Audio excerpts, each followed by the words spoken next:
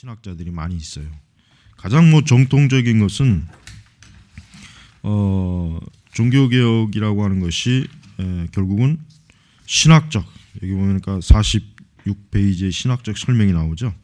이게 가장 정통적인 해석이고, 요 근래 들어와서는 이제 종교개혁의 이제 어떤 사회적 원인, 그다음에 어떤 그 외에 이제 정치적 원인, 좀 더 이제 종교개혁의 원인을 좀 넓게 잡는 이 추세가 보니까 나타나더라고요. 그래서 종교개혁의 원인을 우리가 좀 여러 가지로 설명해 봐야 됩니다. 무슨 신학적 원인도 있겠고, 또 사상적, 또 사회적, 또 정치적, 그 다양한 그 원인이 있어요. 그래서 우리가 원인을 좀 더 이렇게 입체적으로 좀 본다면은 훨씬 더 종교개혁에 대해서 잘 이해할 수가 있어요. 사실 세속 역사가들도 종교개혁을 중요하게 다뤄요. 세속 역사가들도 종교개혁을 단지 이건 기독교에만 해야 되는 종교적인 역사다, 그렇지 않습니다. 종교개혁의 파급은 굉장히 커요. 그리고 30년 전쟁 같은 경우도 결국 종교개혁으로 말미암아 30년 전쟁도 일어난 것이고, 그래서 우리가 이 종교개혁의 원인을 연구하는 것은 아주 중요합니다. 자, 그래서 이제 16세기 프로테스탄트 종교개혁의 횃불을 마틴 루터에게서 이제 찾아져야 되는데, 그 개혁의 원인은 여기서 보니까 이제 도덕적, 사상적, 경제 사회적인데 있지 않았다. 그것은 종교적이고 신학적인데 있었다. 그래서 이전 정통 종교개혁의 관점에서는 종교개혁은 정말 말 그대로 신학적인 데다, 교리적인 문제다. 이제 계속 이제 뒤에 나온 이제 이런 관점 말고 다른 관점을 이제 얘기하는 사람들 나오니까 그건 이제 차차 공부합니다. 그래서 종교개혁의 원인은 뭡니까? 구원을 갈망하는 종교적 인간. 루터 자신이 애시당초부터 나는 종교개혁을 해야겠다. 나는 로마 카톨릭을 무너뜨려야 되겠다. 교황은 적그리스도. 처음부터 그런 건 아니죠.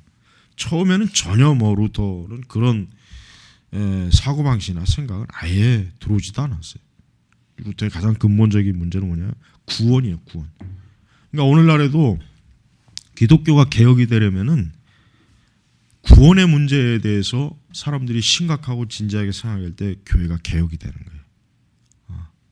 루터가 만약에 사변적으로 교회의 어떤 정치적 문제, 어떤 교회의 어떤 조직적 문제, 만약에 루터가 그렇게 접근했다면은 그냥 루터는 그냥 한 사람의 그냥 가톨릭 수도사, 좀 신학적으로 좀 그냥 역사적으로 신학자로서 중세 신학자로서는 남을 수 있지만 종교개혁자로는 남을 수 없어요.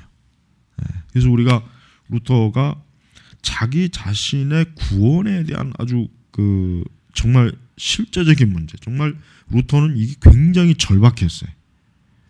루터는 자기가 그냥 성경을 연구해서 신학적으로 막 고뇌한 게 아니라 실제로 자기의 영혼의 구원에 대한 굉장한 아주 그거로 인해 보통 루터가 아주 심각한, 아주 정말 루터로서는 그 구원의 문제가 해결이 안 되면은 정말 살아도 산 것 같지 않은 그런 상태였어요. 바로 그것이 루터로 하여금 성경을 연구 통해서 자신의 구원에 대한 더 카톨릭에서 말하는 그런 구원, 카톨릭에서 그 토대로 한 그런 신앙이 아니라 완전히 바울, 그러니까 사도의 그 복음의 핵심, 복음으로 인한 그 어떤 변화, 그것을 루터는 굉장히 큰 중요한 주제로 삼았던 것입니다. 거기에 반해서 칼빈은 물론 여기서는 그렇게 나와 있지만, 그러나 사실 칼빈은 확실히 이제 루터보다는 한 세대, 한 30년 정도의 차이가 있다 보니까 칼빈은 우선 자기 자신의 어떤 그 개인적인 그 어떤 일화나 이런 정기적인 내용을 너무 적어서 자기 생각에 이제 추론하기는 어렵지만, 칼빈도 분명히 어떤 구원, 칼빈도 어렸을 때부터 이제 당연히 카톨릭 영향을 받고 성당에도 다녔을 것이고, 그런 영향이 있지만은 확실히 분명히 칼빈도 어떤 자기의 구원의 문제에 대한 절실한 분명히 그런 과정이 있었을 거예요. 틀림없이 있었을 거예요. 그러나 칼빈은 그 부분에 대해서는 그렇게 크게 드러내질 않아요.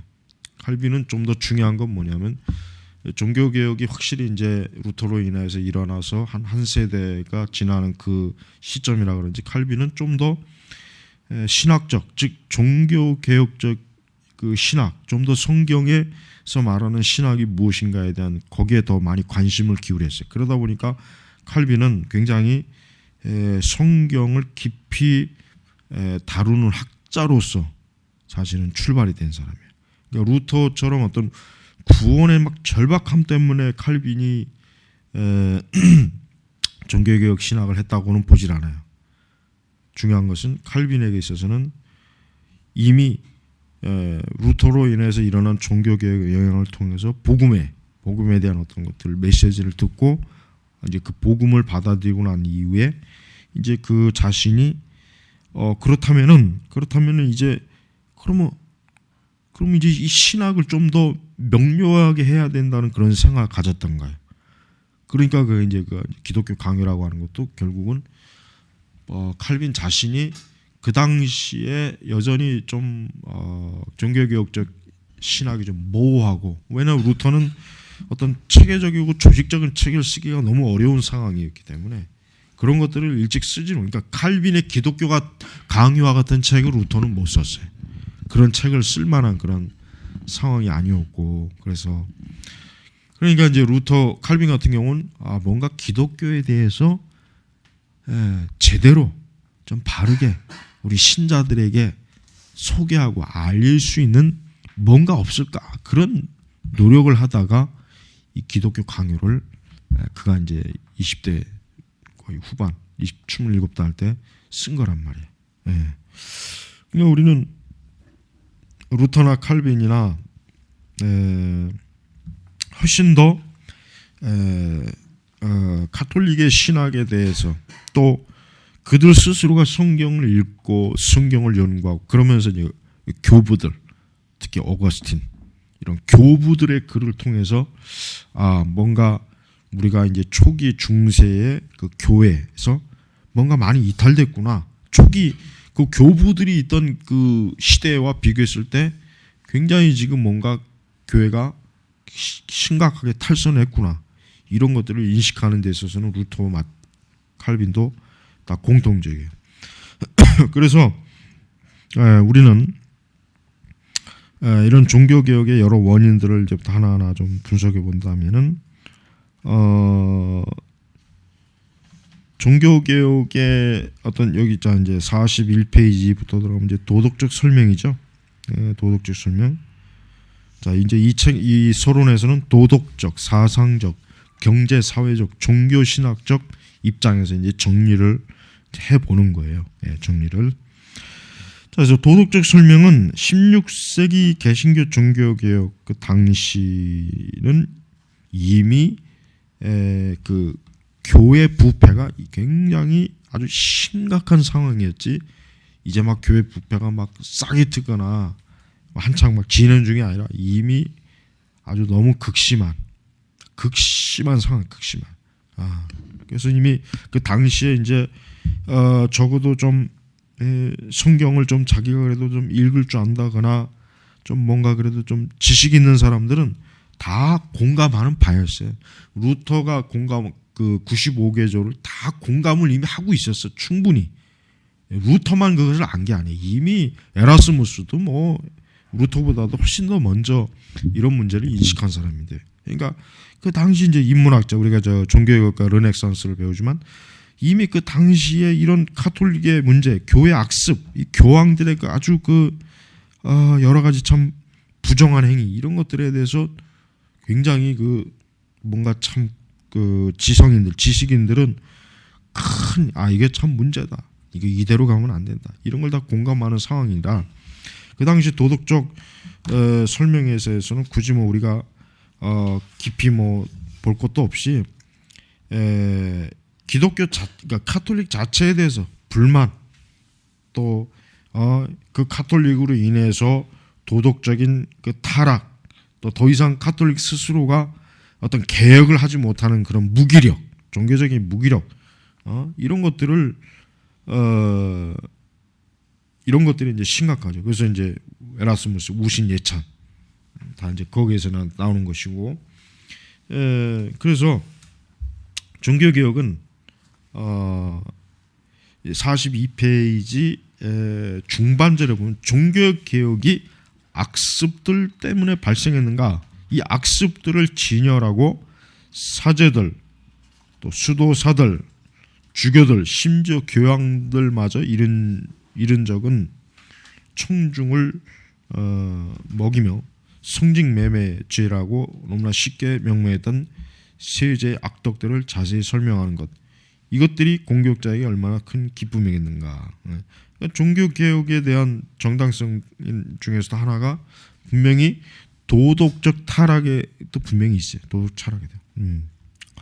그래서 가톨릭 변에서 16세기 개신교의 종교개혁과 그 설명은 훨씬 더 지배적이다. 그러니까 제네바 사이를 두고 칼빈과 신앙의 설전을 뱉던 사톨레테는 당시의 종교적 비극의 주원이 성직 계급의 퇴폐였다고 결론지었다. 이 사톨레테 추기경 자체도 인식을 하는 거예요. 사실 그 당시 그 좀 그나마 조금 더 양심적인 가톨릭 고위층들은 분명히 알았다고. 분명히 사톨레테 자신도 벌써 뭐 사제 추기경부터 시작해서 뭐 아주 그냥 엉망진창인 그런 자들이 지금 막 어지럽히는 걸 사톨레테 자신도 알고 있었죠. 왜 모르겠어요. 그러나 이런 부분에 대해서 이런 부분도 결국은 종교개혁을 더 급속도로 빨리 진행시키는 데 중요한 요소가 되었다는 걸 우리가 알아야 돼요. 17세기 루이 15세의 훈령에서도 이런 설명이 명백하다. 왕은 이렇게 쓰는 거예요. 내가 이해하기로 지난 세기의 성직자들의 무지와 사치, 방종, 그들의 나쁜 본보기, 그렇기 때문에 어쩔 수 없이 묵인할 수밖에 없는 사례들, 결국 교회 규율과 공적 감정을 거슬러 특수층의 인도로 합리한 악습들, 이런 것들이 무엇보다도 분리와 이단에 의해 교회가 받은 심대한 상처를 낳게 한 것이다. 프랑스 왕이죠. 그러니까 그가 이제 그 시대에서 지난 시대를 돌아볼 때, 지난 시대 왜 교회가 이렇게 어려움이 많았겠는가? 그건 뭐예요? 여기 나와 있는 이런 다양한 죄악된 현상들이 결국은 교회를 참 이런 개혁, 이게 여기서는 지금 보니까 이런 말이 나오죠. 루이 15세는 이단에 의해 교회가 받은, 여기서 말한 이단은 뭡니까? 종교개혁자들 얘기하는 거예요. 당시에 가톨릭은요, 루터나 칼빈이나 찌빙이나 이런 사람들을 어떻게 보면 이단자로 봤어요. 이단자로. 그래서 지금 이 왕도 그러는 거죠. 이단자들의 의해서 교회가 어때요? 심대한 상처. 이 상처라는 게 뭐예요? 종교 개혁으로 인한 교회 분리를 지금 말하는 거예요. 그러니까 가톨릭은 지금도 마찬가지예요. 가톨릭은 개혁자들에 대해서 결국 좋게 평가하지 않아요. 굉장히 뭐 아주, 특히 루터 같은 경우는 뭐 아주 지금도 로마 가톨릭에 대해서는 아주 뭐 아주 나쁘게 술주전뱅이, 뭐 아주 그냥 광부의 아들, 아주 뭐 가톨릭에 대한 불만을 가지고 교회를 분리시킨 아주 굉장히 안 좋게 봐요. 굉장히. 그래서 가톨릭은 지금도 우리가 좀 이 루터나 칼빈을 바라보는 거하고는 전혀 다릅니다. 그들로서는 전혀 반갑지도 않죠. 전혀 반갑지 않다고. 특히 이제 루터는 사제였단 말이에요. 수도사였단 말이에요. 그렇기 때문에 특히나 더더욱이 루터에 대한 그 로마 가톨릭의 그 입장은 굉장히 단호합니다. 즉 가톨릭의 변절자, 이단자, 배신자, 아주 루터에 대해서 굉장히 단호하게 그들의 그러니까 가톨릭은 지금도 보고 있어요. 그래서 종교개혁은 이렇게 도덕적인로 타락한 요소가 풍성하게 있었기 때문에 사실은 종교개혁의 신학적인 면에 있어서도 이 도덕적인 요소는 많이 많이 영향을 준 그러한 요인이 되는 거예요. 이런 걸 보면은 우리나라 그러니까 교회라고 하는 게 어느 시대든 사실 도덕적 타락이 있거든요. 어느 시대든. 근데 이제 그게 얼마나 더 깊으냐, 또 얼마나 이 도덕적 타락을 심각하게 교회가 인식하느냐. 우리나라 같은 경우는 이 도덕적인 문제에 있어서 교회가 심각성이 없어요. 근데 그렇게 방송에서 제일 큰 교회 목사가 수시로 막 들락달락거리고 교회가 막 싸움이라고 분쟁이 나고 온갖 또 추태를 이렇게 목사들이 부려도 이게 정말 심각하구나 이런 사실 각성 자체가 없어요. 없다면 전혀 없어요. 거의 없어요. 그러니까 뭔가 이거는 굉장히 참 교회를 아주 악화시키는 요인이 되는 거예요. 그러니까 예를 들면 어떤 교단에서 자기네 교단 소속의 어떤 목회자가 어떤 사회적으로 교회를 참 부끄럽게 수치스럽게 했다면은 먼저 그 목사를 철저하게 징계해야죠. 목사직을 박탈한다든가 아니면은 근신하라고 하든가 좀 더 강력한 좀 무겁게 좀 더 그런 게 없잖아요. 그런 게 있다는 얘기 들어본 적이 없어요. 저 홍대 헌교회도 그렇잖아요. 헌교회도 그 교단은 그 총회장부터 해가지고 그 미친 놈이에요. 그거 왜 그런 줄 아세요? 교단의 책임을 지는 총회장 정도 되면은 자기 교단이 정말 심각한 어떤 사회적인 그런 무리를 일으키는 목사가 있으면 단호하게 그걸 도려내야죠. 그게 교단의 책임자가 해야 될 일이지. 맨날 지들끼리 모여서 음식이나 처먹 회의나 하고 그게 교단 책임자가 할 일이냐고. 그런 거 안 하잖아요. 그러니까 진짜 나쁜 사람들은 저 사람들이에요. 왜? 어떤 썩은 부분이 있으면 도려내야 되는데 그냥 내버려 두는 거야. 저쪽 사랑의 교회도 마찬가지 아니에요. 한 입으로 두 말하면은 안 되잖아 목사가. 자기가 한 말에 책임을 져야지 일단은. 그게 사실은 물러나겠다고 했으면 물러나야지. 근데 또 몇 개월 조금 있다가 또 다시 기어 나와 있잖아요. 여러분 이게 바로 우리나라 교회 현 추세예요. 더 이상 그러니까 지금 여러분 로마 카톨릭의 부패에 대해서 우리가 지금 솔직한 얘기로 지금의 시점에서는 카톨릭이 아마 웃기는 소리 한다 그럴 거예요. 너희 지금 개신교가 하는 짓이나 잘해라. 우리 비판하냐 이렇게 얘기합니다. 너무 심각하잖아요 지금. 오히려 지금은 이제 이런 우리 카톨릭이 우리 천주교 개신교가 중세 시대 카톨릭 못지않게 부패하고 썩었어요. 틀림없습니다. 이거 우리가 이런 부분에 있어서 개신교 목회자나 신학자들이 자각을 해야 돼요. 과연 이게 뭐냐? 과연 개혁을 한다고 해서 교회가 이렇게 참 새롭게 세워졌는데 이게 500년 조금 못 돼서 이게 뭐냐 이거지 이게. 교리적으로 다 이미 무너졌죠. 도덕적, 윤리적인 것도 이미 무너졌죠. 그러니까 완전히 그냥 중환자실에서 산소 꽂고 있는 상태예요. 겨우겨우. 그래서 우리가 루터 자신이 뭐라 그럽니까? 41페이지 하반절에 지금 같으면 로마를 보고 듣기 위해 10만 플로린을 내지 않았을 것이다. 그러니까 그만큼 루터로서는 더 이상 로마의 어떤 기대가 없는 거예요. 1520년대부터 루터는 교황 적그리스도라고 공격한다. 적그리스도. 루터는 교황을 적그리스도가 했는데 오늘날 목사들은 교황을 떠받들고 있잖아요. 예? 이게 참 통탄한 노릇이죠. 자, 다음 이제 사상적 설명인데, 사상적 설명해 보면은 종교 개혁에 대한 도덕적 설명은 16세기 종교적 현상을 이해하는데 미흡한 점이 많다. 그래요, 맞아요. 그래서 저는 종교 개혁을 도덕적 설명을 전혀 부정하는 건 아니지만 그거를 가장 큰 이유로 제시하는 거는 그거는 우리가 동의하면 안 돼요. 그건 하나의 부수적인 거예요. 자, 그래서 또 이제 다른 이제 사상적 설명을 하는 사람들로서는 여기 초반 하반 제 상반부에 마담 드 스타일은 19세기 초에 이제 그랬죠.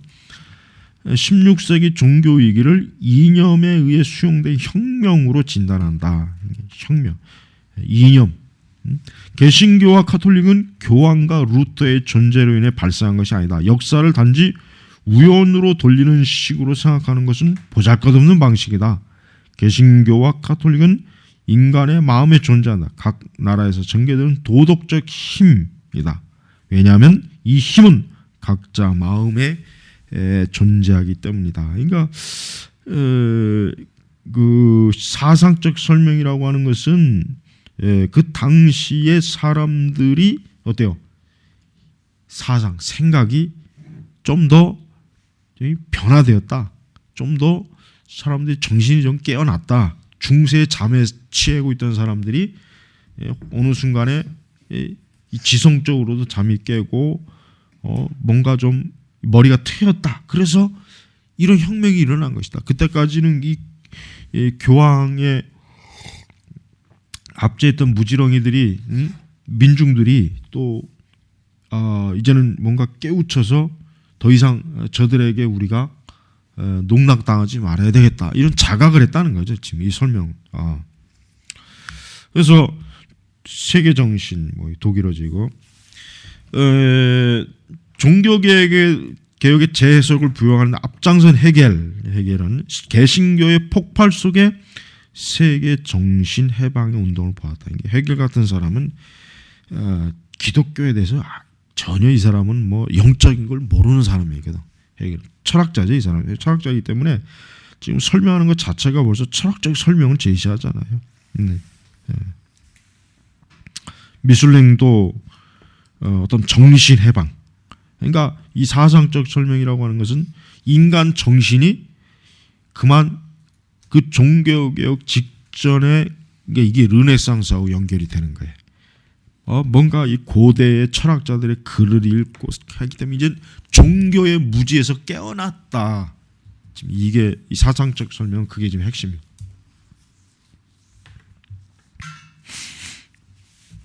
자, 그래서 우리는 이런 사람들이 어떤 뭐 시대 정신, 뭐 세계 정신, 뭐 어떤 뭐가 됐든 간에 이런 사상적 해석은 하반절 어쨌든 이 해석은 종교개혁자들의 반란과 그들이 떠난 교회의 악습 사이에서 도덕적 대립을 추구했던 전통적 해석으로도 멀어진 것만은 사실이다. 그렇죠. 이런 전통적 해석에서 멀어진 거죠. 뭐 인간 정신이 깨어지는 것, 지성이 막 그거는 아니. 그거하고는 이제 상관이 없는 거예요. 자, 그래서 이제 그 엥바르 라투르의 종교개혁의 기원들이라는 그 소대에서 교황청의 독재와 성직자의 압습에 대해서 말하면서 기독교의 일치의 큰 위협은 중앙 집권 남용이 아니라 국가 원리의 탄생을 지적하고 악습에 대한 개혁의 외침은 어느 시대나 있음을 지적한다. 그래서 이 종교개혁은 지금 여기 계속 나와 있지만은 44페이지 상반 종교개혁에 따르면 개혁의 원인은 그에 따르면 종교적 상태라기보다는 사회적 상태. 그러니까 그 당시 사회는 여전히 중세 사회고 여전히 왕이 있고 영주가 있고 뭐 여러 지배자들이 있어서 사람들로 하여금 뭔가 모르게 새롭게 깨어나고 뭔가 정신적으로 깨어나고 뭔가 모르게 좀 이렇게 막 그때까지 잠자고 있던 그 인간의 어떤 창조성, 어떤 뭔가 새로운 것을 추구하는 이런 것들이 막 이제는 일어나서 어때요? 종교 개혁이 아주 큰 줄기를 이루었다. 이제 이렇게 얘기하는 거예요. 그래서 우리는 이 사상적 설명이 특히 뭐 좀 신학에서는 전혀 이런 부분을 지지하지 않습니다. 물론 뭐 이거는 그러나 이제 우리가 르네상스 종교 개혁을 배울 때 그 당시가 이제 저런 건 있었죠. 이제 사람들이 훨씬 더 중세 그 어둠의 무지에서 좀 깨어나려고 하는 것 그런 노력은 있었어요. 그런 노력은 많이 있었는데 그거는 종교 개혁과는 종교 개혁의 원인과는 상관이 없는 거예요. 종교 개혁이 뭐 그거에 의해서 결정적으로 촉발한 게 아니기 때문에. 그다음에 이제 경제 사회적 설명. 이제 이것은 이제 마르크스주의 등장과 더불어 종교 개혁에 대한 절대적 경제적 해석의 특색. 이 다른 말로 하면 계급 투쟁의 종교 개혁도 한마디로 계급 투쟁이다. 더 이상 교회 성직자의 억압에 놓이지 않고 계급 투쟁을 해서 일반 민중들이 그동안 자기들을 지배했던 성직자들을 다 죽이고 그런 가운데서 이제는 뭔가 사회적 정치 혁명 관점에서 종교 개혁을 일으켰다. 이게 일어났다. 그러니까 마르크스주의 입장에서는 종교 개혁도 하나의 혁명이에요. 혁명. 조용한 혁명이 아니라 뭔가 전 유럽 특히 그동안 이제 지배자로 있던 교회 권력들이 어때요? 이제는 막 그냥 이런 종교의 혁명적 의식도 변화, 어떤 사회적 변화 이런 것들이 다 폭발해서 뭔가 인간에게 있어서 이 사회를 뒤집어 엎고 새롭게 혁명으로 막 사회 질서를 재조직하고 그걸 통해서 이제는 이 사회가 새로워지는 것이. 그걸 그들이 지금 추구하는 설명이에요. 그래서 44페이지 중반에 보면은 계급 투쟁이었다. 비록 이 계급 투쟁들이 사회의 당시 종교적 인정표를 달고 있었고 또한 각 계급적 이 필요 요구들이 종교적 공투에 담겨져 있다 할지라도 뭐예요? 그거는 근본적 문제가 아니고 또 그런 것으로는 그 당시의 문제를 해결할 수 없다. 그런 게 아닌가. 그것은 그렇게 큰 요인이 아니다. 그러니까 루터와 칼빈의 종교 개혁을 그렇게 크게 이 사람들은 비중을 안 둬요. 비중을 안 둔단 말이에요, 이 사람들은. 잠깐 좀 쉬고. 하반절부터 할까요? 오스카 마틴은 이렇게 얘기합니다. 16세기의 교회적 반란은 과거에 깊이 뿌리를 가졌다. 그러니까 이거는 맞는 말이에요. 근데 이거는 그 뒤에 설명은 조금 우리가 좀 겪어봐야 돼요. 영국과 관련해서 볼 때 반란의 근원들은 군주의 왕조적 소망 따위를 넘어선 종교개혁의 뿌리들은 그때 일어나고 있던 돈 문제와 근본적인 경제적 변혁들로 구성된 땅속 깊이까지 뻗어 있었다. 이제 오스카 마틴도 역시 마찬가지로 종교개혁을 하나의 돈, 또 정치, 권력, 있는 자와 없는 자 이런 식으로 이제 뿌리를 보고 있는데 아닙니다. 이것도 우리는 올바른 해석으로 보지 않습니다. 45페이지 중반절에도 거기 이제 이렇게 나왔죠. 역사가 이제 바르바갈로가 얘기한 것처럼 역사가 바르바갈로가 아주 가장 좀 그 종교개혁의 정통 그 설명을 아주 전적으로 부정하네요. 지금 일반적으로 사람들은 종교개혁을 유럽 일부의 종교적 핵심 과정으로 여긴다. 나는 그 시대에 많은 사람들이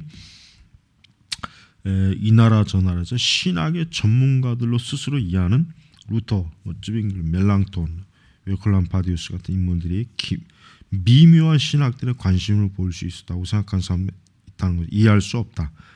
그러므로 나는 종교개혁을 본질적 신학적 현상이 아니라 유럽 각 나라가 16세기 후반기를 지나가는 위기의 종교적 표현, 양심, 가장 의구며 보편적 불안의 징후로 여긴다. 그러니까 이 사람도 그래요. 이 사람도 뭐 루터나 찌빙글이나 멜랑톤 뭐 이런 종교개혁자들을 왜 관심을 갖냐 이거죠. 왜 이 사람들이 그 종교개혁에 마치 뭐 주도자로 여기느냐. 그것보다는 이것은 그냥 유럽이 이제 중세 후반으로 접어들어 가지고 그 당시 이제 사회적으로 정치적으로 막 그 혼란스러운 시기에 종교도 바로 그 위기에 동참한 것이다. 그래서 이건 시대적 불안이다. 이거 시대적 불안이 종교개혁이라고 하는 현상으로 나타난 거지. 종교개혁 자체가 마치 주도적인 무엇인 양 그렇게 이제 역사를 보지 말아라. 이렇게 이제 얘기하는 거예요. 그래서 45페이지 하반절에 이제 토마스 맨처가 나오죠. 토마스 맨처가 16세기 한 흐름, 16세기의 반란의 한 흐름이야말로 이게 이제 이 마르크스주의자들이 가장 잘 써먹는 거예요. 이게 토마스 맨처는 이 사람이 이제 내가 볼 때는 이 사람 자체가 종교 개혁을 잘 이해하지 못한 거예요. 맨처 자신이. 왜냐하면 근데 이제 우리가 그 당시 이제 사회상을 좀 봐야 돼요. 왜냐하면 그 당시에 이제 유럽은 농노, 그러니까 영주들에게서 땅을 부여받아서 먹고 사는 그런 농노들이 대부분이었어요. 그러니까 이 농노들은 굉장히 그 영주들에게 평소에 잘 이렇게 보이지 않으면은 그 땅을 얻지 못해요. 그래서 결국은 먹고 살 길이 없죠. 그 당시에 이제 그로 인해 가지고 많은 착취가 있었어요. 많은 착취. 유럽에서 이제 많은 그 왕도 그렇지만은 귀족들이 특히 일반 그 농민들을 많이 막 착취를 했단 말이에요. 착취. 그게 굉장히 심했다고. 그렇기 때문에 그런 것들이 이제 폭발적으로 이제 일어난 거예요. 참다 못해가지고 이제 농민들이 루터의 메시지를 들었죠. 루터의 메시지 중에 특별히 중요한 것 중에 뭐냐면 루터는 로마 천주교가 이 땅에서 이 가난하고 좀 왜 연약한 이들을 돌보지 않느냐, 왜 지 혼자 배불리 처먹고 지 혼자 그렇게 호의호식하냐, 그리고 왜 그렇게 교황은 좀 그 권력자들의 그 권력을 좀 이렇게 이런 가난한 자들에게 좀 심하게 하지 못하도록 왜 그걸 제어하지 못하느냐. 막 이제 루터의 메시지가 굉장히 좀 농민들에게는 자기들의 그동안 가지고 있던 그 자기들이 소외되고 억압을 당하고 가난한 이런 것들에 대해서 루터의 메시지가 굉장히 큰 힘을 주는 거예요. 힘을 아주 뭐 혁명가처럼 뭐예요, 루터가. 그래서 이제 처음에 이제 루터의 메시지로 인해서 이 농민들이 신앙적으로도 각성을 하지만 그러나 그들이 어떤 사회적, 경제적 자신의 신분에 대한 뭔가 이게 그럼 우리도 이제는 사제들이나 왕들이나 귀족과 동일한 사람 아니냐? 왜냐하면 만인 사제론이 결국은 농민들로 하여금 우리도 저들과 대등한 입장이다 이거예요. 똑같다 이거. 하나님 앞에서 똑같다. 하나님 앞에서 평등하다. 이게 이제 심어준 거예요. 그러다 보니까 이제 그럼 왜 우리가 저들에게 이렇게 억압을 당하냐? 이건 하나님의 뜻이 아니다. 분명히 하나님은 왕이나 귀족이나 성직자는 우리나 똑같으니까 우리도 저들과 똑같이 하나님으로부터 하나님의 형상을 입고 하나님으로부터 참 하나님이 우리와 함께 하시는 그런 것들이 이제 막 생겨나니까 이제 어때요? 더 이상 저들에게 이제 복종하고 저들에게 그동안 억눌렸던 거는 이건 하나님 뜻이 아니다 이런 생각을 갖게 되는 거예요.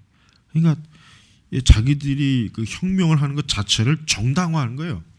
전에는 그런 걸 전혀 상상할 수 없다가 이제 루터의 메시지를 들으면서 모두가 평등한데 왜 우리만 이렇게 저들에게 마치 그러니까 저들에게 저렇게 이용당하는가? 왜 우리는 가진 것이 없는데 왜 저들은 저렇게 가진 것이 많냐? 이런. 그래서 이제 그 혁명이 일어났는데 이제 루터는 결국은 나중에는 농민들과는 이제 이렇게 딱 대립선을 둬요. 그래서 그 자리를 누가 들어갑니까?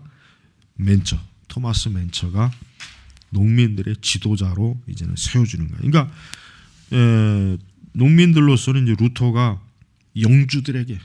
영주들의 비유나 마치는, 즉 권력자들의 비유나 마치는 그런 하나의 종교 개혁가지, 자기들을 대변해주는 개혁가는 맨처라 이거죠. 그래서 그 맨처 자신이 맨처는 사실은 신학자죠. 신학자. 근데 맨처는 그의 활동은 루터하고는 틀린 게 뭐냐면, 루터는 자기의 그 혁명이나 이런 것들을, 그러니까 종교개혁 이런 것들을 철저하게 하여튼 루터는 될 수 있는 한 성경, 신학에 의존해서 하지만은 맨처는 나중에는 그 신학이 아닌 정치적인 이데올로기에 의해서 그는 신학을 하는 거예요. 바로 이게 이제 만약에 맨처도 루터와 같이 신학적으로 했다면은 이렇게 농민 그 어떤 지도자가 되지는 않았을 거예요. 틀림없이. 근데 이제 맨처는 자기 생각하기에도 맨처가 보기에 루터는 기회주의자로 봤어요. 기회주의자. 왜냐? 처음에는 그렇게 많이 사제설이니 종교가 성직자들의 부패를 막 캐고 어떤 진짜 종교개혁의 그 횃불을 들어서 진리로 많은 대중들을 이끌 것 같았는데, 그러다가 이제 농민들의 그 편에서 서지 않는 걸 보고 맨처는 굉장히 실망을 했어요. 저자는 귀족의 편이구나. 저자는 우리를 대변하기는 어렵구나. 농민들을 지도해 줄 사람이 아니구나. 오히려 맨처는 루터를 굉장히 싫어했습니다. 그런 면에서. 그래서 이제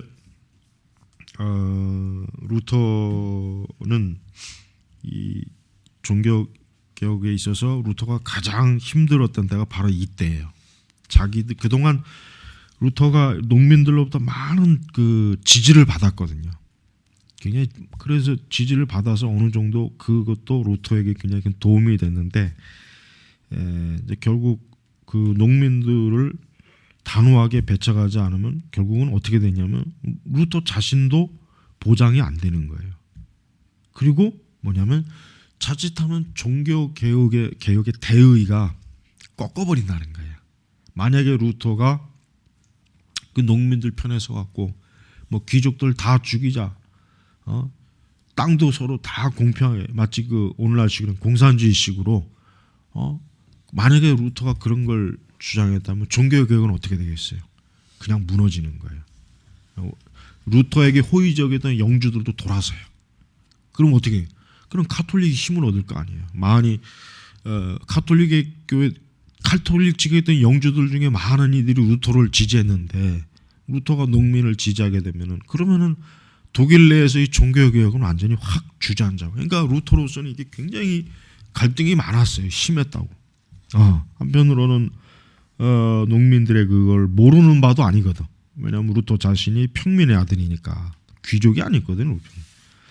그러니까 이제 루터가 굉장히 그 시기 어려웠다고 그래요. 그 전기문 읽어보면 그 시기에 굉장히 루터가 많이 좀 힘들어했지만, 그러나 결국은 루터는 농민들의 그런저런 과격한 폭력, 혁명적인 그런 것은 인정할 수 없다. 이건 폭도다.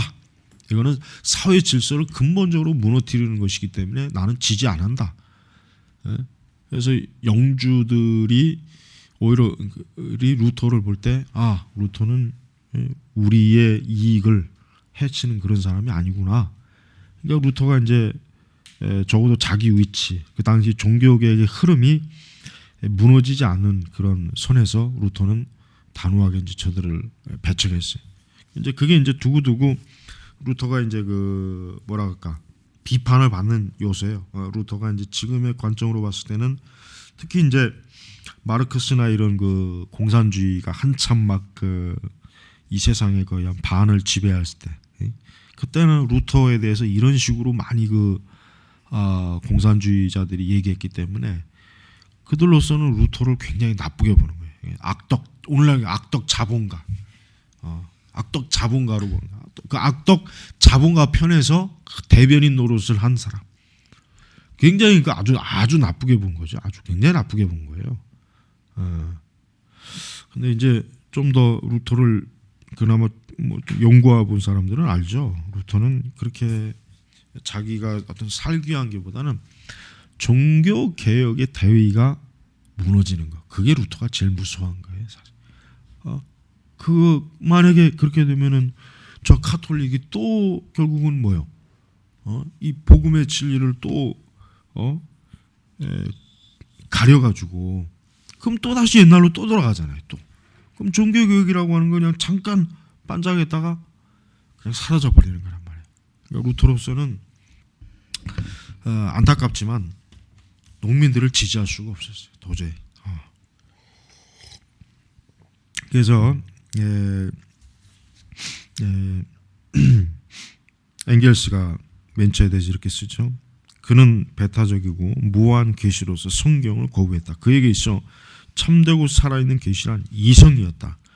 이 신앙이 생기를 얻는 이성을 통해서 인간은 스스로를 신성화하고 자신을 성결케 한다. 저편에 하늘이 없는 것과 마찬가지로 지옥도 저주도 없다. 그리스도는 우리와 같은 인간이었다. 이 엥겔스가 멘처를 완전히 뭡니까? 아주 그 공산주의 아주 그 시조, 공산주의를 이념을 실천하는 중세 후기의 사람으로서 이렇게 엥겔스가 평가를 한 거예요. 그래서 멘처에 의해 설계된 이 이론은 많은 시간 동안 기독교의 동일한 형식 아래서 가장되고 근대 철학도 얼마 동안 그렇게 가장되어 있었다.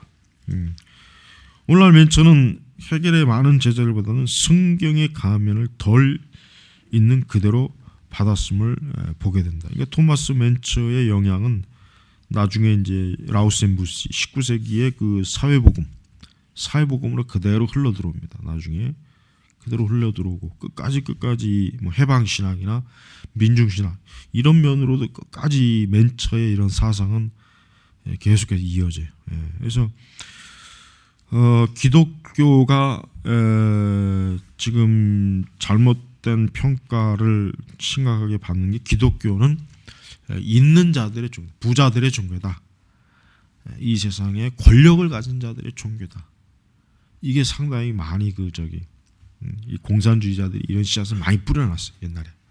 그래서 기독교를 자본가의 종교, 가난한 자를 신에게 복종한다는 명목으로 부자들이 마음껏 이용하는 종교, 활용하는 종교. 기독교에 이렇게 봤어요.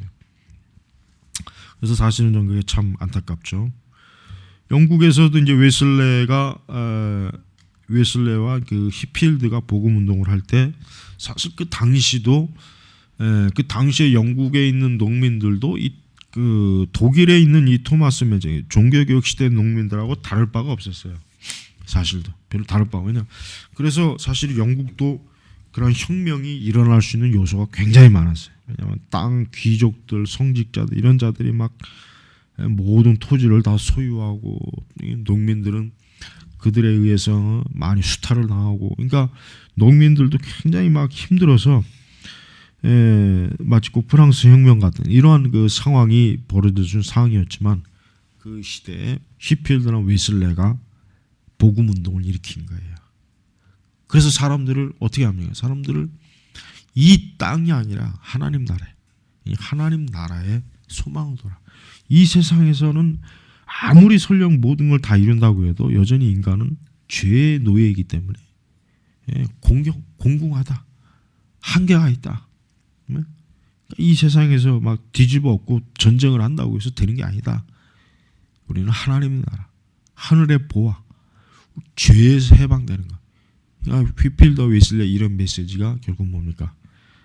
영국 사회를 프랑스 혁명이나 그다음에 토마스 맨체 같은 이런 농민혁명 이런 것들이 일어나지 않도록 하는 주요한 원인이 된 것이에요. 그러니까 영국이라는 나라도 별로 다를 바 없는 거예요. 그러나 그런 사회이지만 그런 참 불평등, 사회적으로 그 많은 그 이탈된 일들이 많았지만 그 사회가 혁명, 또 피해 혁명을 겪지 않게 된 주요한 이유는 바로 복음이었다 이거예요. 복음. 이 복음으로 인해서 어때요? 그 영국 같은 경우는 산업혁명의 시기를 잘 이렇게 들어가는, 그래서 그 위기를 잘 넘겼습니다. 그래서 우리가 이제 여기서 이제 평가를 해본다면 그래요. 사실은 뭐 루터 자신도 완전하지 못하죠.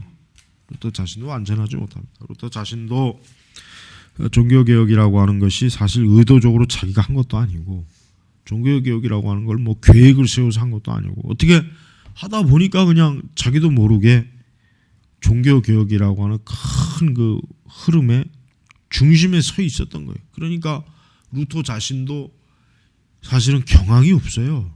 이걸 어떻게 정리해야 될지 상황이 지금 파악이 안 되는 거예요, 이게. 그러면서 이제 서서히 이제 가닥을 잡아가는 거지. 서서히. 그러다 이제 결국은 더 이상 이제 저 교황, 저 카톨릭에 이제 협력해서는 안 되겠구나. 저게 속해서는 안 되겠구나. 그래서 이제 갈라져 나오는 것이란 말이에요. 그래서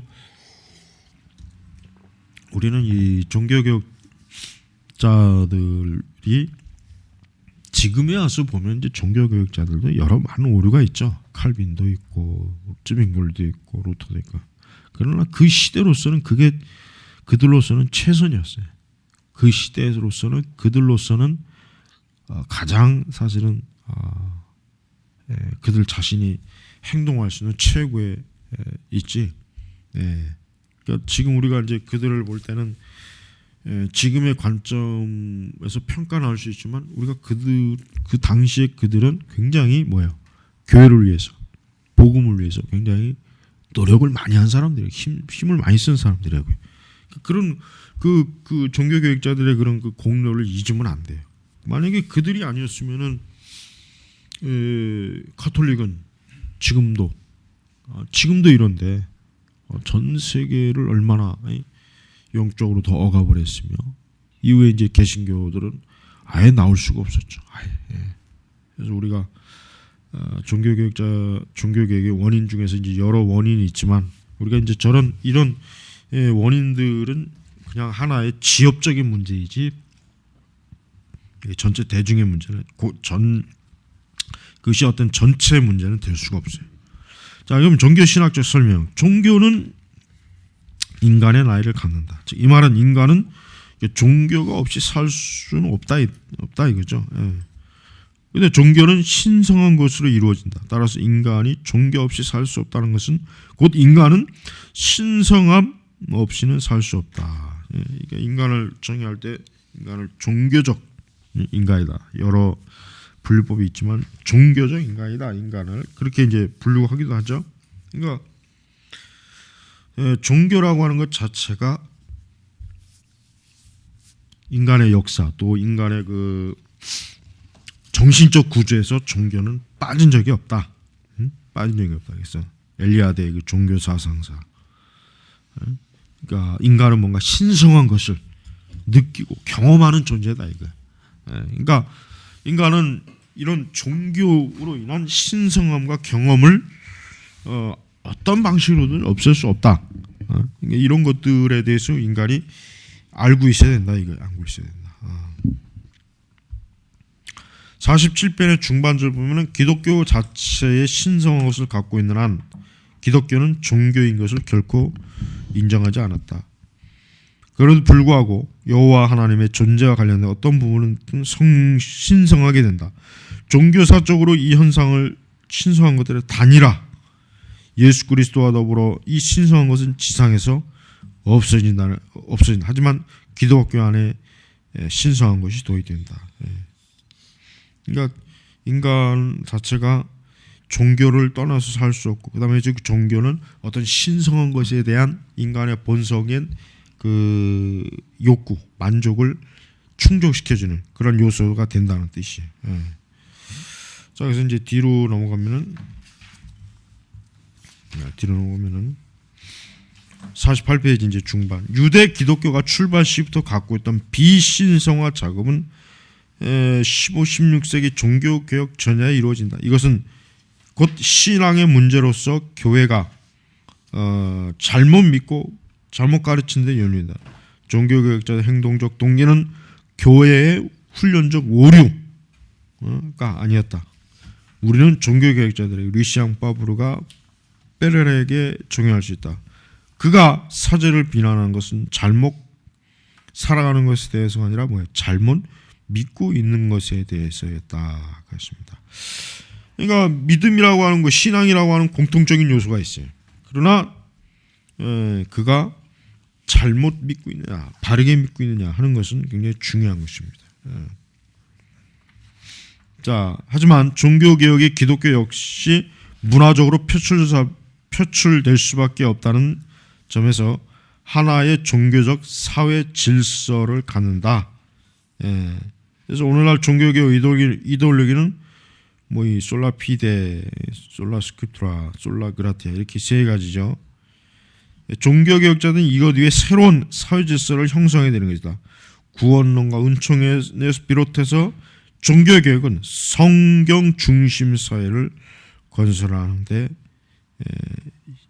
바로 이 일에 루터, 쯔빙글리, 칼빈, 베자 등 일련의 원년을 갖는다.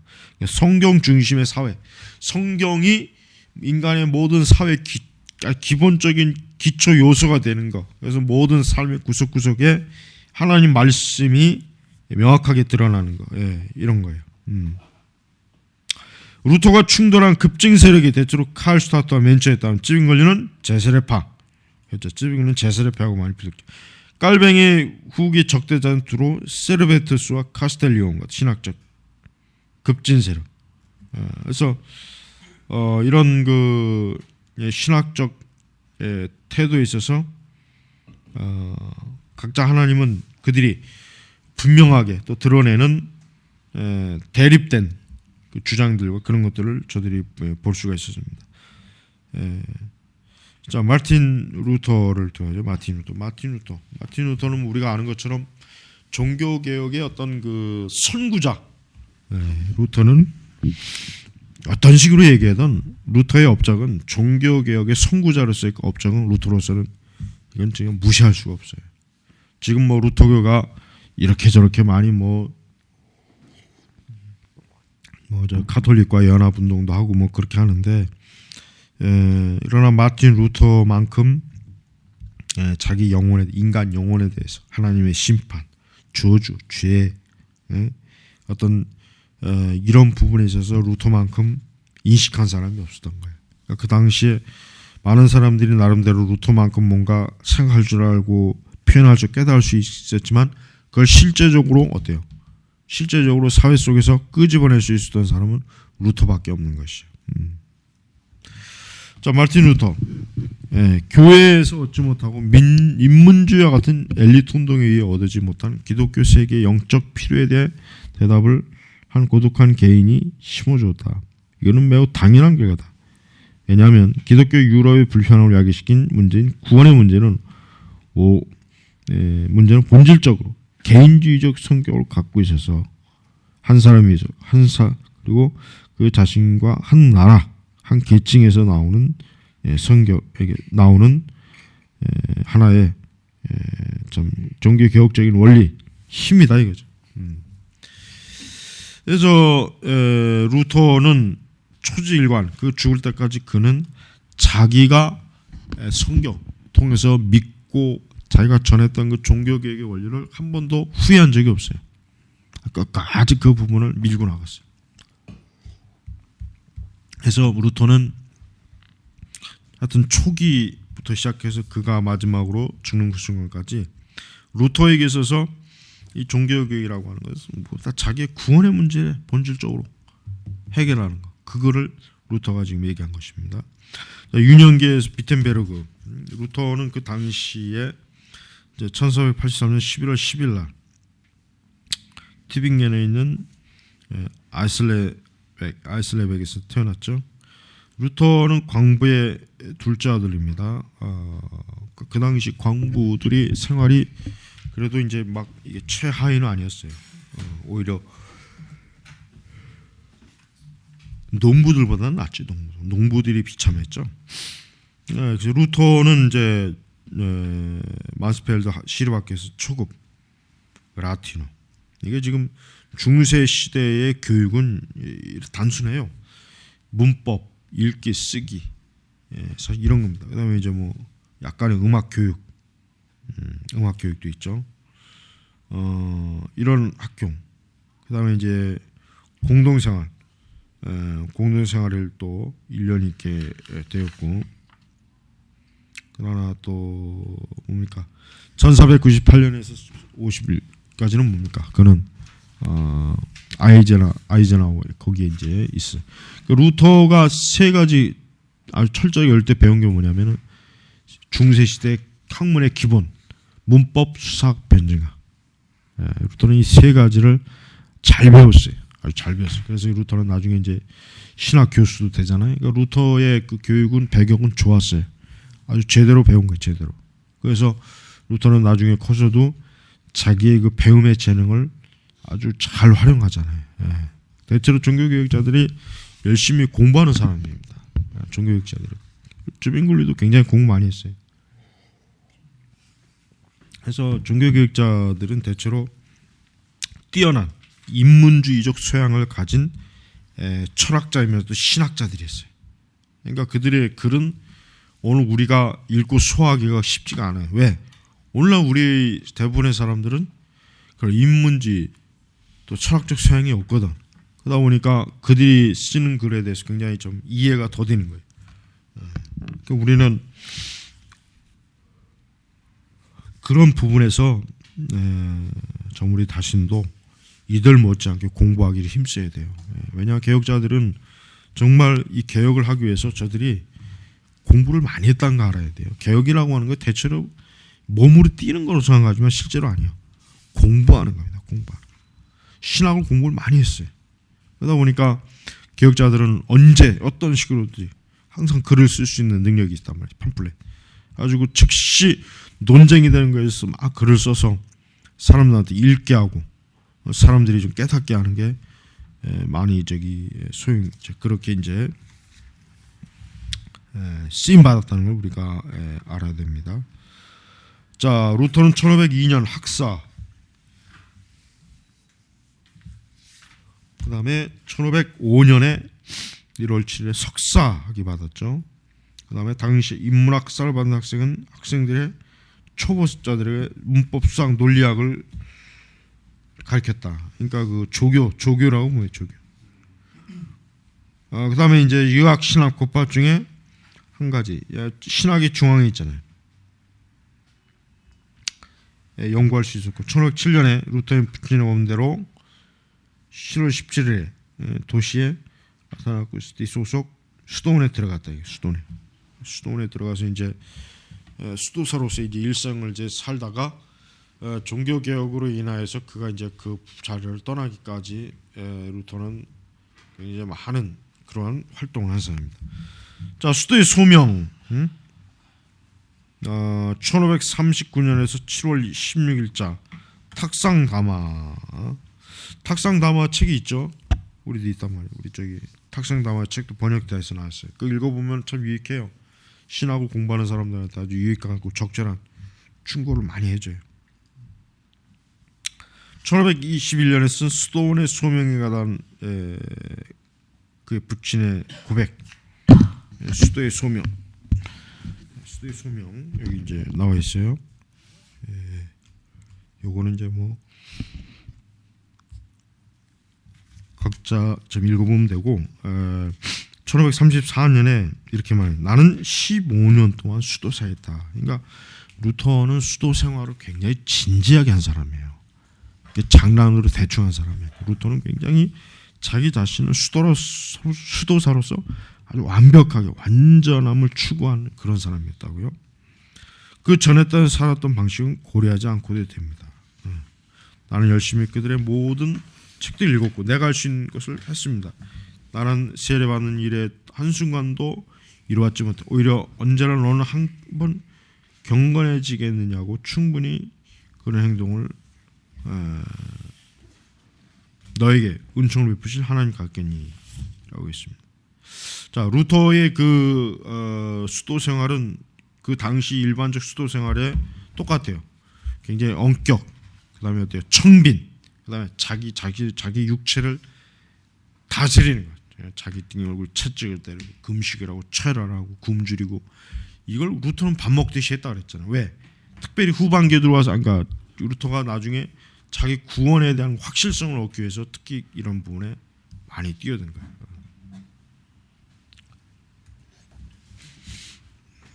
찬물 좀 먹고. 자, 특별히 루터에게 있어서 루터가 아우구스티누스 어거스틴의 수도에 루터가 이 수도에 들어간 건 참 다행이에요. 만약에 루터가 예수에 들어갔으면 어떻게 해요? 그러면은 아니다. 그때는 예수회가 생기지 않는다. 맞다. 근데 루터가 만약에 예수회 같은 그런 데 들어갔으면 종교개혁자가 될 수가 없죠. 그때는 이제 예수회가 생각하지 않죠. 예수회는 역종교개혁이 일어난 그 시점에 이 카톨릭이 거의 뭐 진짜 유럽에서 엄청나게 막 타격을 입어서 이거 안 되겠구나. 이게 스페인의 그 누가 이름이 갑자기 이그나티우스 로올라가 전쟁터에서 돌아와서 보니까 굉장히 이게 상황이 말이 아니에요. 자기 자신도 그렇고 교회도 그렇고. 그러니까 이래서는 안 되겠구나. 우리가 개신교를 몰아내자. 그리고 다시금 천주교를 철저히 개혁하자. 천주교를 하여튼 그 회방하고 방해하는 어떤 세력, 정치적이든 뭐든 간에 우리가 손을 봐줘야 되겠다. 이제 그런 목적으로 세운 거란 말이에요.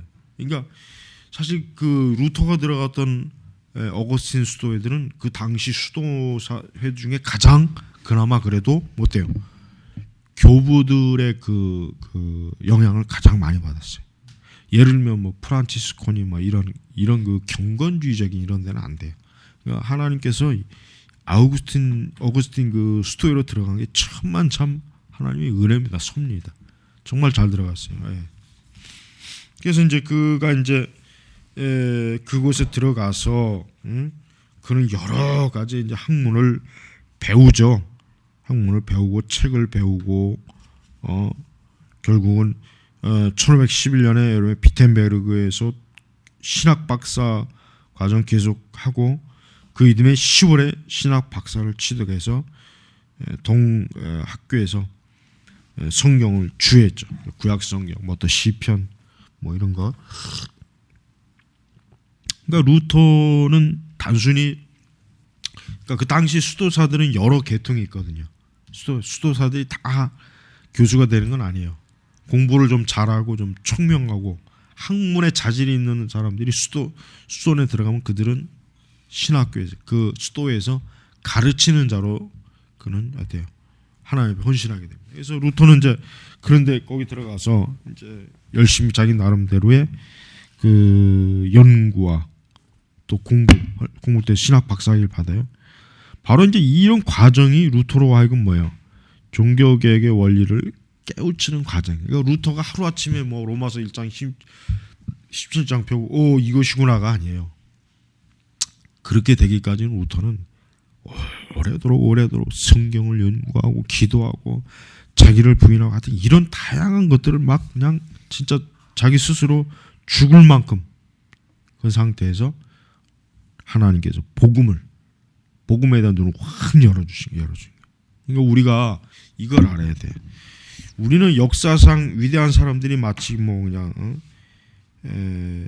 느닷없이 이렇게 나타난 것 같지만 실상 그들은 뭐예요? 그 전에 이미 굉장히 많은 연구와 기도로 자기의 그 바탕을 이 기초로 세웠단 말이에요. 그렇게 세웠기 때문에 하나님께서 그들을 쓰실 수 있는 때가 온 거예요. 그러니까 하나님께서도 루터를 쓰려고 루터를 어때요? 수도사의 길로 들어오게 하고 어거스틴 수도로 들어오게 하고 거기서 오랜 동안 학문을 닫고 박사학위를 받고 그런 가운데 어때요? 신학교에서 가르친 거란 말이에요. 우리가 루터에 대한 환상을 가지면 안 돼요. 루터 자신이 굉장히 현실적으로 어려움을 많이 겪으면서 수도사로서 생활을 했단 말이에요. 그래서 자 우리 53페이지 넘어가요. 거기 상반절은 이런 말이죠. 루터가 가리킨 게 뭐예요? 루터는 시편, 로마서, 갈라디아, 히브리서 중요한 걸 가르쳤잖아요. 성경에서 특별히 로마서, 갈라디아, 히브리서는 어떻습니까? 바울의 교리적인 기독교 성경의 어떤 기독교를 다룬 기독교 교리를 다룬 거예요. 그래서 이제 루터는 이런 그 자기가 이제 가르치려다 보니까 자기가 연구하면서 그리스도의 의를 내가 받는구나. 내가 이제 이 부분에 대해서 좀 이제 길이 열리는구나. 이제 그렇게 생각했죠. 그리고 이제 그 1509년부터 아리스토텔레스 세번역이 사용되었다. 그리스와 히브리어 교육이 특별히 마련되고 1518년에 그는 보덴슈타인의 루터의 동료가 되었다. 16세기 그 루터가 받아들이는 그 인문학 이거를 루터는 어때요? 굉장히 적극적으로 그걸 발전시켜요. 그래서 53페이지 보면 루터 신학의 발전, 루터의 삶과 그의 신학이 얼마나 일치하는지는 결국 충분히 말하지 못할. 그러나 그의 신학은 분명 교리이자 그의 심령 또 심정 외칩니다. 루터 강조한 것은 개인적 경험이 아니라 그가 복음이라고 부르는 것이다. 복음. 중세 말기에 신신학으로 나타난 그의 신앙은 과연 어떤 복음인지 알게 하기 위해서 일련의 그의 작품을 살펴보자 해서 이제 루터의 신학이 우리가 루터의 3대 논문도 그렇지만은 여기 뭐 히브리서 주소 95개 시편, 로마서, 하일데베르 논제 3대 논문 여기서도 3대 논문 나오죠. 3대 논문 그대로 나오잖아요. 루터 그다음에 이제 루터 종교의 특징 이런 것들을 전반적으로 우리가 잘 기초석을 깔아놓으면 여러분이 나중에 이제 계속해서 이제 여기서 이제 그 여러 이제 단편적인 글들을 읽을 수 있습니다. 충분히. 그래서 하여튼 이번 학기에 이 종교개혁 직전에 그 인문주의자들 또 중요한 그 개혁자들의 소논문들을 읽어보면서 우리는 종교개혁의 뚜렷한 신학을 더 바르게 이해할 수 있어요. 종교개혁은 우리가 아무리 공부를 해도 이게 부족함이 없어요. 사실 매 학기마다 종교개혁을 공부해야 돼요. 사실 그래야 진짜 이 종교개혁에 대해서 흔들림이 없죠. 그러니까 여러분이 앞으로도 좀 많이 공부하시기 바랍니다. 좀 쉬죠. 쉬고 이제 다음